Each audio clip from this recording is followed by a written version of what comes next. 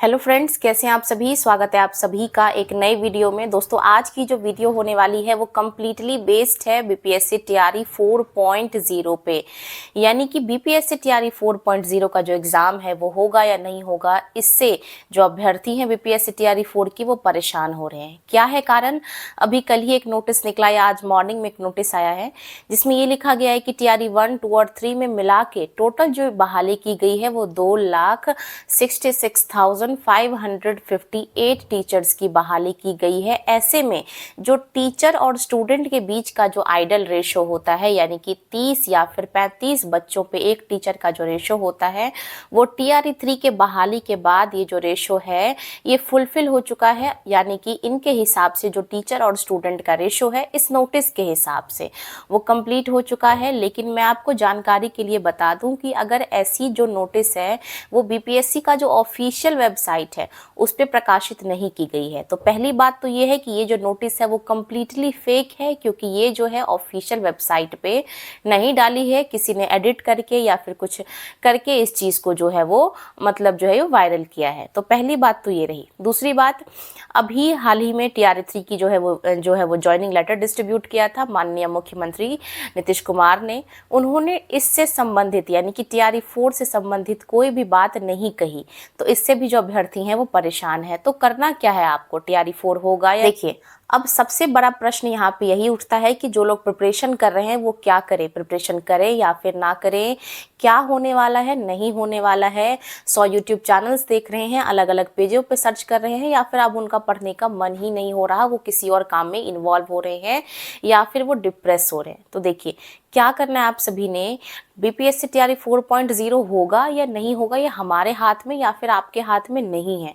हमारे हाथ में सिर्फ और सिर्फ है पढ़ना, स्टडी करना, मेहनत करना, अपने हिस्से का जो हार्ड वर्क है वो करना। मैं एक स्टूडेंट होती तो अगर ये नोटिस देखती या फिर अगर ये सोचती कि सीएम नीतीश कुमार ने 9 मार्च को जो ये ज्वाइनिंग लेटर डिस्ट्रीब्यूट हुआ है इस पे बीपीएससी टीआरई 4.0 से संबंधित कोई भी बात नहीं की है, इसका कहीं ये मतलब नहीं निकलता है कि जो बीपीएससी टीआरई 4.0 है वो नहीं आएगा।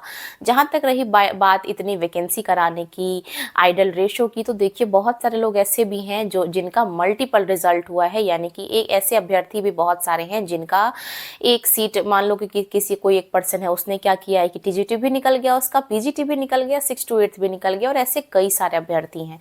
कई सारे अभ्यर्थी ऐसे हैं जिन्होंने ज्वाइन ही नहीं किया है, या फिर कई सारे अभ्यर्थी ऐसे हैं जो पहले से ही टीचर हैं और वो नई जगह होने के कारण उस जगह पे नहीं गए हैं। तो ये सारे वैकेंसी, इसके अलावा पूरे सीट पे तो इन्होंने रिजल्ट भी नहीं दिया है और पूरे सीट की जो वैकेंसी है वो भी इन्होंने नहीं निकाली थी। तो इस वजह से ये सारे जो रीजंस हैं जो कि इशारा करता है कि बीपीएससी टीआरई 4.0 जो है वो ज़रूर होगा। बस अब कब होगा ये देखना है। तो आपको अपनी जो प्रिपरेशन है वो कंटिन्यू करना है। प्रिपरेशन में किसी भी प्रकार की कोई भी जो है डिले वो आपको नहीं करना है। दूसरी बात, हम सभी जानते हैं कि इनका जो विधानसभा चुनाव है वो 2025 के अंत तक होने वाला है। चुनाव है, हम सभी जानते हैं चुनाव है तो कुछ भी हो सकता है।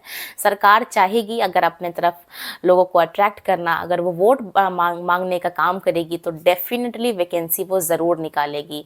एक और चीज़ मैं आपको बता दूं कि अगर चुनाव होंगे तो 90% चांस है कि बीपीएससी टीआरई 4.0 जो है वो होगा ही। ऑफ कोर्स चुनाव होने हैं और इसी का फ़ायदा हम स्टूडेंट भी अपनी तरफ से हमें बरगलाना नहीं है, लगातार कंटिन्यू हमें पढ़ते रहना है। हाँ, एग्ज़ाम कब होगा, क्या होगा, कैसे होगा, इसको अभी हम बाद में सोचेंगे, लेकिन अपना जो हमारा कर्तव्य है, अपनी जो हमारी ड्यूटी है उसको तो हम करेंगे ही।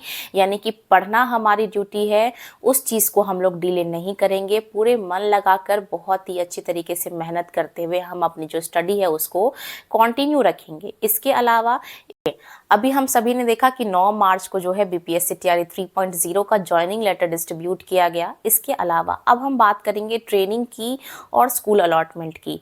अगर इनको अप्रैल तक सब कुछ निपटा दिया, यानी कि स्कूल अलॉटमेंट हो जाता है, इनकी ज्वाइनिंग हो जाती है, इनको स्कूल मिल जाता है, ट्रेनिंग कंप्लीट हो जाती है, तो वो मई से क्या करेंगे, नई वैकेंसी ही तो निकालेंगे। तो अगर अब देखने वाली बात ये है कि जो डाउटफुल वाला है, आज से तो उनका भी पोर्टल ओपन हो चुका है और उनको डेट भी मिल गई है कि भैया 11 से 16 तक के बीच आपके जो भी डॉक्यूमेंट्स जो आपने गलत अपलोड किए थे डाउटफुल वाले, आप उनको सही करके डालो। उसके बाद जो टाइम बचेगा वो उनकी री काउंसलिंग के लिए, 20 के बाद उनकी री काउंसलिंग स्टार्ट होगी।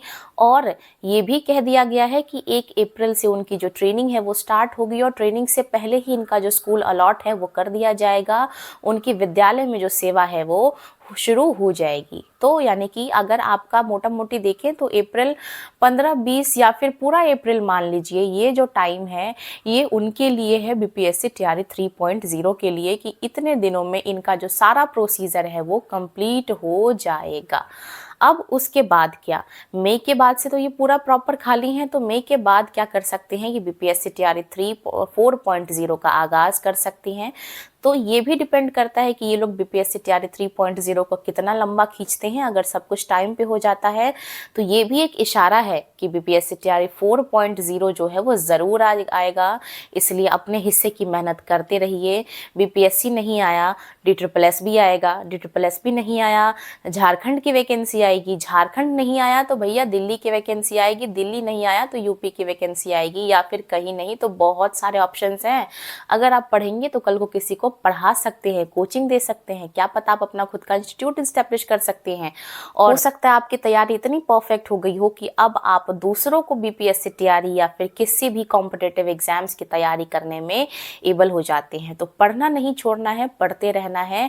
बाकी वैकेंसी आना या ना आना वो तो सरकार के ऊपर डिपेंड है और उसी के भरोसे हम सब बैठे हुए हैं। तो इससे कोई मतलब नहीं है कि वैकेंसी आएगी नहीं आएगी। आप सभी ने डिमोटिवेट जो है वो नहीं होना है। अगर आपने मेहनत की है तो इस हाथ से या फिर इस हाथ से लड्डू तो आपको ज़रूर मिलनी है। तो बस यही एक छोटी सी रिक्वेस्ट है आप सभी से कि आप सभी डिमोटिवेट ना हो, गलत रास्ते की ओर ना बढ़ें, डिप्रेस ना हो, परेशान ना हो, भयभीत ना हो।